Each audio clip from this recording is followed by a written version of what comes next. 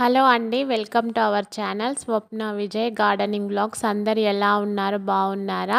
చాలా రోజుల తర్వాత అయితే మళ్ళీ ఒక గులాబీ పూల మొక్క వీడియో గురించి అయితే మీ ముందుకు వచ్చానండి. అయితే రెగ్యులర్గా ఫాలో అయ్యే వాళ్ళకు ఈ వీడియో బాగా అర్థమవుతుంది. నా గులాబీ మొక్క ఇంత అందంగా పూసింది కదా. ఇంత బాగా పూసిన గులాబీ మొక్కని మనము ఫ్లవర్స్ అయితే అన్నీ హార్వెస్ట్ చేసుకున్నాము. అన్నీ హార్వెస్ట్ చేసుకున్నాక మళ్ళీ మనము కొత్త ఇగురు చిగురు రావాలంటే, కొత్త మొగ్గలు రావాలంటే ఏం టిప్స్ ఫాలో అవ్వాలి అనేది నేను ఒక వీడియో అప్లోడ్ చేశానండి. యాక్చువల్గా దాని కంటిన్యూషన్ వీడియో ఇది. ఇక్కడ చూడండి, ప్రస్తుతానికి ఈరోజైతే మొక్కలు ఈ విధంగా ఉన్నాయండి. ప్రతి కొమ్మకి మొగ్గలు వచ్చాయి. ఎంత బాగా ఎగురొచ్చిందో చూడండి. ఇంత బాగా ఎగురొచ్చింది. మొక్క కూడా చాలా హెల్తీగా ఉందండి. ఇప్పుడు ప్రతి కొమ్మకి మళ్ళీ మీరు ఇప్పుడు ఇంతకుముందు హార్వెస్ట్ చేసుకునింది చూసినారు కదా, మళ్ళీ మొక్క ఇంత అందంగా ఇంత చిగుర్లతో ఇన్ని మొగ్గలతో ఉండిందండి. మళ్ళీ ఇవన్నీ ఫ్లవర్స్ పూసినాక నేను మీకు వీడియోస్ అయితే తీసి పెడతాను.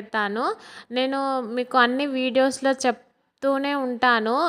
ఇప్పుడు ఫ్లవర్ కట్ చేస్తే దాని పక్క నుంచి సైడ్ బ్రాంచెస్ వస్తాయి. హార్వెస్ట్ చేసుకోవాలండి ఫ్లవర్స్. కొంచెం కింది వరకు హార్వెస్ట్ చేసుకుంటే, అంటే స్టెమ్ కింది వరకు హార్వెస్ట్ చేసుకుంటే దాని పక్క నుంచి కొమ్మలు అయితే పుట్టుకొస్తాయి అని చెప్తూ ఉంటాను. ఇక్కడ ప్రాక్టికల్గా చూపిస్తాను చూడండి. ఫ్లవర్ ఇక్కడ చూడండి, ఫ్లవర్ను నేను అక్కడ హార్వెస్ట్ చేసుకున్నాను కొంచెం కింది వరకు. ఇక్కడ 2 కొమ్మలు వచ్చినాయి చూడండి, ఇటొకటి అటొకటి. ఈ కొమ్మకి ఒక 4 మొగ్గలు ఉన్నాయి, ఈ కొమ్మకి ఒక 3 మొగ్గలు అయితే వచ్చాయి.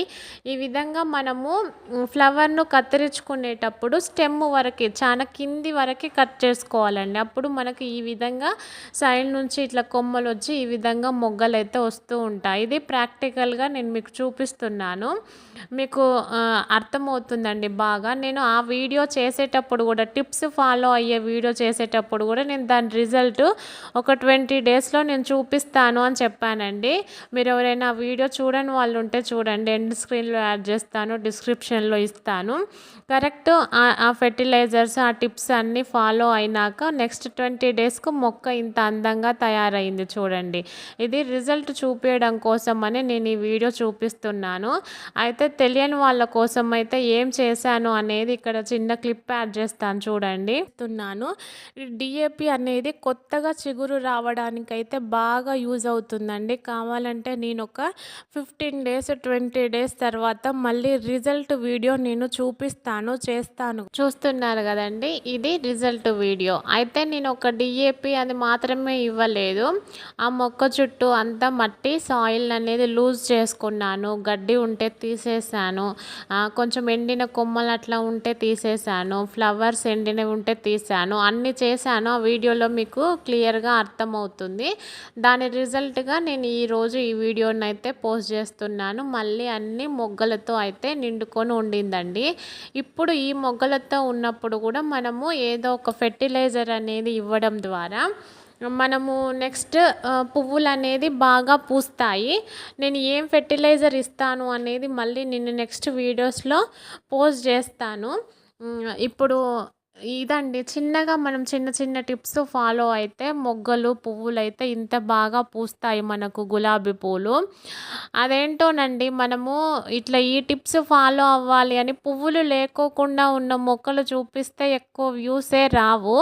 మనం పువ్వులన్నీ వచ్చినాక చూపిస్తాము, అప్పుడు మాత్రం బాగా చూస్తారు, ఏమిస్తారని అడుగుతారు. మనము మొగ్గలతో ఉన్నప్పుడు, మనము ఈ విధంగా ఉన్నప్పుడు మనం ఏం చేస్తామనేది చూస్తేనే కదా పువ్వులు అనేది బాగా పూస్తాయి. అట్లా ముందు అది తెలుసుకుంటే పువ్వులు వాటంతట అవే బాగా పూస్తాయండి, ఇంత అందంగా పూస్తాయి. సో ఇదండి వాటి వీడియో. మీకు ఎలా అనిపించింది? నచ్చిందా? ఈ వీడియో నచ్చినట్లయితే ప్లీజ్ లైక్, షేర్, సబ్స్క్రైబ్ అండి. మరొక మంచి వీడియోతో మళ్ళీ కలుద్దాం.